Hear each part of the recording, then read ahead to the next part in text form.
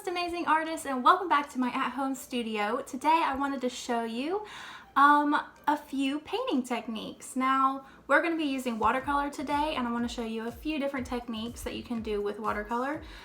If you have a watercolor set like this, you open it up and it's like a palette of different colors. You just add water to those. But if you don't have paints, then I'm going to show you how you can paint with markers.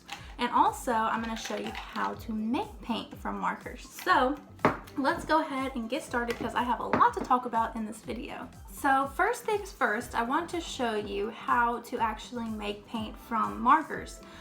This is a great way to recycle old dried out markers that you would normally just throw away and that you probably do have lying around your house somewhere that may have lost their lids or something like that. So I have been collecting dried out markers, and I wanted to go ahead and show you how to do this. So it's really simple. If you just have cups lying around that you don't mind having paint in, I just had these jars laying around. I just took the caps off of my markers and I put them upside down so the tips are at the bottom of the cup, and I filled it with water, and that is it. And this has made what is actually called liquid watercolors. So it's different from these kind because these are solid and you have to add water to them to get them to start working. But with these, you can use water to make it lighter in color, or you can just paint straight from the jar. So that is how you make your own paint. You just have dried out markers, put them in some water, and wait. And the longer that you have these in the water, the more pigmented it will be and the darker your paint will get. These have been about 3 days for me, so I'm gonna just go ahead and use them today. I already tested them out on a piece of paper and I think they look pretty good. This is just a painted piece of paper using one of our techniques that I'm going to show you today. So now that you know how to make your own paint, your very own homemade DIY recycled paint, let's go ahead and get started. Okay guys, so first things first, I want to talk about this paper that I'm using. It's a heavier paper, so it will absorb more of the water and it won't wrinkle as much. If you have a heavier paper, I would definitely recommend using that, but if you just have copy paper, then I think that will work just as fine. Your paintings just might wrinkle a little bit more, but do not worry too much about that because you can always just put a stack of books down on top of it and let it sit overnight, and when you wake up the next day, it should be flattened pretty good. For what we're gonna do today, I'm gonna have 2 pieces of paper because one of our pieces of paper I'm going to paint with warm colors. That is red, orange, and yellows. And pink if you want to put pink in there too. And then my other piece of paper, I'm going to do cool colors, and those would be blue, purple, and green. So first things first, if you are not able to make your own paint like I've done here and you don't have your own watercolor palette, but you do have markers lying around, I'm going to show you how you can just paint with markers and water.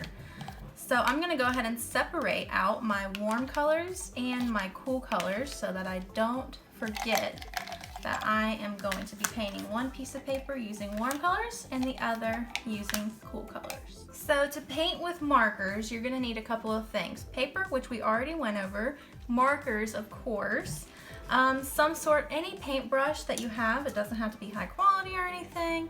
You'll need some water. This is clean water, and just any old cup or bowl. That is basically it. So let me go over quickly how you can paint with markers directly onto the paper.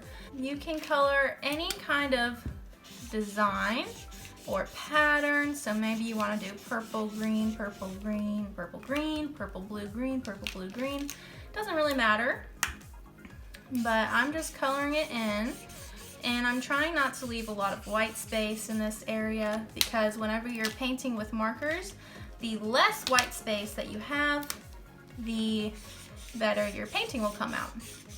But if you do leave a little bit of white space, the color will bleed into that white space. You'll just be able to see a little bit of the streaks that you did. And after you have colored your pattern or whatever you want to color on there, you're going to take your paintbrush, dip it into your water, and you're basically just adding clean water onto this, and your colors will start to blend together and turn into like a watercolor. just like that. So you can color your whole paper using this technique if you don't have any paints. So that is one way that you can paint if you don't have any kind of paint, but if you decided to make your own paint, this is how you use that. Now I want to keep my markers soaking, so I'm just going to leave them in there, but if yours are done, you can take your markers out and they can go in the trash now. They have fulfilled their duties. And I just cleaned my brush. You should always clean your brush in between each color. Whenever you want to change colors, you should always clean your brush. If you want it darker, then you can just add more paint. And I'm gonna grab some blue. I washed my paintbrush so I don't mix my colors together inside of the cup. Grab the green and put that down. So that's the difference between if you make your own paints, this is kind of what it will look like. Obviously, if you leave it sitting longer, your colors will be a lot darker.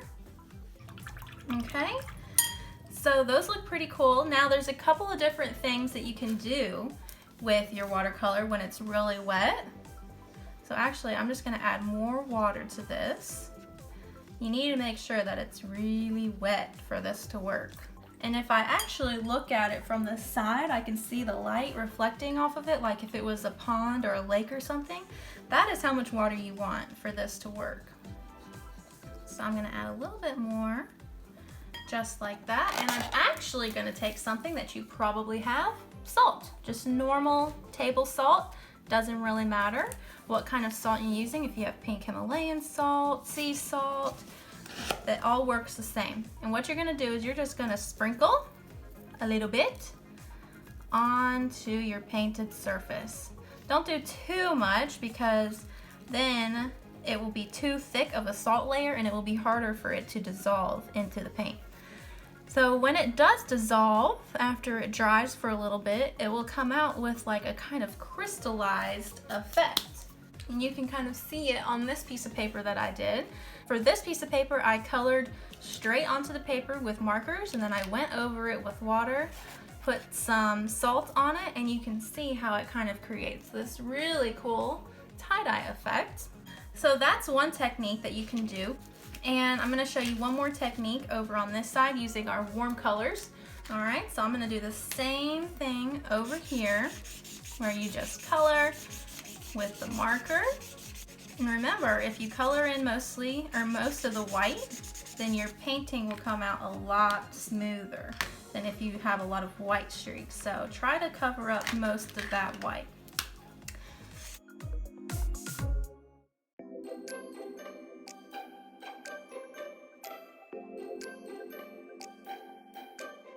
And I'm just doing some swatches on this piece of paper. You'll want to cover your whole entire paper with the colors.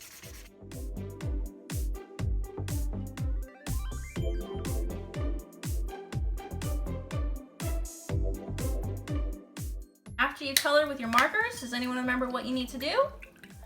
Go over it with some water, just like this. And as you can see, if I bring it onto the white, the color bleeds up to where the white is, but it's darkest where I colored.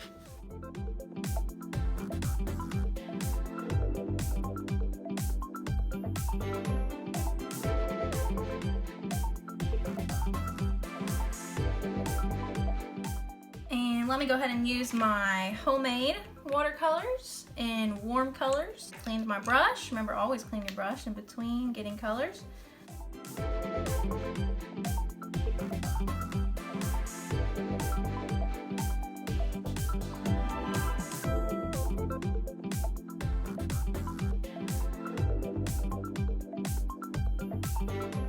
Homemade watercolors are a lot smoother. They blend together a little bit more, but this looks just as cool in my opinion. So another cool technique other than the salt is actually, if you have rubbing alcohol lying around, you can use this to paint. Now if you're using this, definitely make sure you have an adult present because we don't need a lot of this. I'm just gonna use my paintbrush, okay? So you just need a little bit. I barely dipped it in there. And then you're going to gently splatter it onto your paint, and you can see how it kind of makes the paint move away from each other. It makes these cool splotches. And when it dries, it ends up looking really cool. But you can see I'm really not using a lot at all, just little drops here and there. So now I'm gonna paint my other two pieces of paper. This was kind of a tester paper, so if you wanna do that where you can test out the different techniques before you do it on your final paper, that would be a great idea. So I'm gonna paint one piece of paper using only cool colors, and maybe I'll mix these two techniques together, the salt technique and the rubbing alcohol technique, and see what happens. It's all about experimentation to see what can happen. And then I'm gonna paint the other piece of paper using only warm colors, reds, oranges, yellows, and pinks. In my next video tutorial, we are gonna do some paper weaving. So we'll need these two painted pieces of paper to create our paper weavings. So let's go ahead and do that together.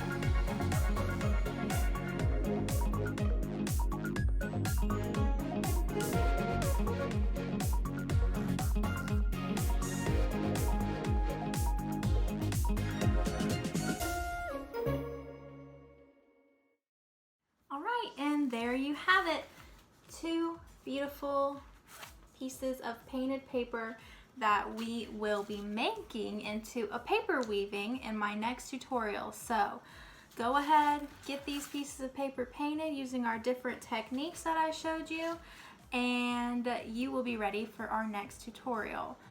Well guys, I miss you so much, and I really can't wait to see you again. I have been loving seeing your creations that you've been sending me so far. Keep them coming. They just make my day and make me excited to see you even more. Enjoy, have fun painting, create, be adventurous, be creative, think outside the box, and never give up. I will talk to you guys soon.